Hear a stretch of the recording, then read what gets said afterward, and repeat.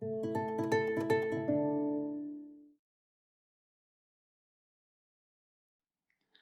of the things that clients often ask me, it's something that I wondered a lot growing up with a stutter, is why are there some situations where I can speak very fluently, and some situations where the stuttering happens more? So, for example, most people who stutter, if they were reading aloud on their own with no one listening in, or talking to themselves with no one listening in, there would be very low rates of stuttering. There might be no stuttering. But if you put that same person in a situation like meeting somebody new for the first time, or giving a presentation, or talking on the telephone, that's when the stuttering might start to happen. So why is there such a difference between those different situations? I think the easiest way to understand this is to think of our brains as a computer. So the brain is the hardware of the system, it's the processor. And different speaking situations are like different pieces of software that we run on that hardware. Not all situations are the same in terms of processing demand. Some situations, some pieces of software in this analogy, have low processing demands, and some situations have much higher processing demands. It's really important to understand that speech is actually a very complex process. Most of us, while we're talking, have very little awareness of what the body's doing to create speech. But as you'll see in this MRI video, there's a lot happening all at once in terms of the lips, the tongue, the soft palate at the back of the mouth, the vocal folds will be vibrating, although you can't see that on this. And there's also the coordination of the breathing. So, as I said, we're thinking of the brain as the hardware. And the brain is processing information. It's processing the code involved in speech. We can think of a simpler speaking situation. The example I gave was reading aloud on your own with no one listening in. That is like a very simple piece of software, something like Microsoft Paint. So when we're using Microsoft Paint, the processing demand on the computer is low. We are not typically going to see errors or crashes happening when we're using something like Microsoft Paint.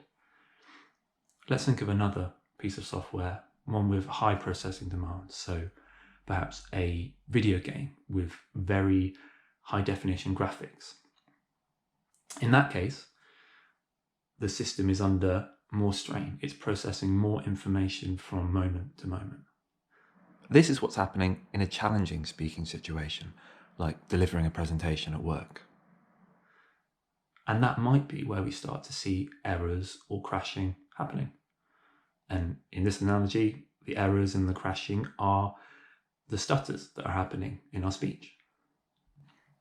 So just speaking on your own with no one listening in, that's already taking up some of the capacity within your system, within this computer that I'm talking about.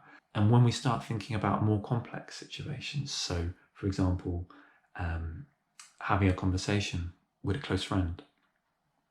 Yes, you're speaking, there's the sequence of physical movements involved, but you're also doing other things now. You're listening to what the other person's saying, you're planning what you might say in reply. And then if we take it up another level, let's think about talking on a call with one other person.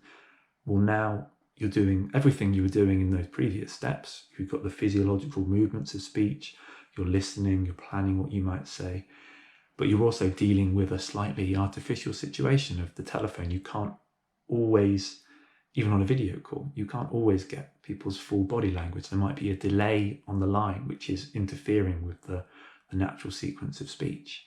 It might be a telephone call to someone who you're a bit less comfortable with, like a business, or you're calling to make an appointment. So that's adding more layers of complexity. The processing demand is going up. And finally, let's think about a really challenging speaking situation. So maybe giving a presentation at work. As I said, you're doing everything in those previous situations, but now perhaps you're presenting to a large group of people. So you're trying to keep everybody involved and make sure everybody's understanding what you're saying. You might be trying to include jokes in the presentation. You might have one eye on the clock to make sure that you're keeping to time. You might also have your boss there and be trying to impress them.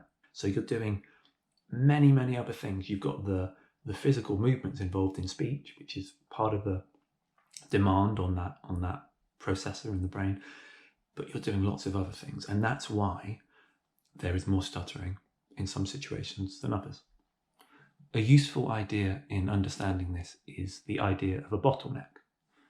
So if we think again about that fairly simple piece of software, Microsoft Paint, in that example, the amount of information coming through the system from moment to moment is quite low, and we see this smooth movement of information. On the other hand, when we're running a more graphically demanding thing like a video game, there's a lot of information coming into the system, and if the computer's struggling, there's a bottleneck. There's too much information coming in at one side and it can't move through to the rest of the system smoothly. So again, that's a useful way to think about this analogy and to think about what stuttering is in a way. It's when the system is trying to process more information, it's under too much strain for it to actually keep up with that information. Having an understanding of different speaking situations and their different processing demands is a very useful skill. It's particularly useful if you're someone who's interested in learning speech techniques to reduce stuttering. You need that framework in place to understand why the stuttering is happening more. And it also gives you an understanding of why it's harder to use speech techniques for stuttering in certain situations, why it takes a lot more practice in certain situations. Join me in my next video where I will talk about some speech techniques that help reduce stuttering by reducing the processing demand on the brain while talking.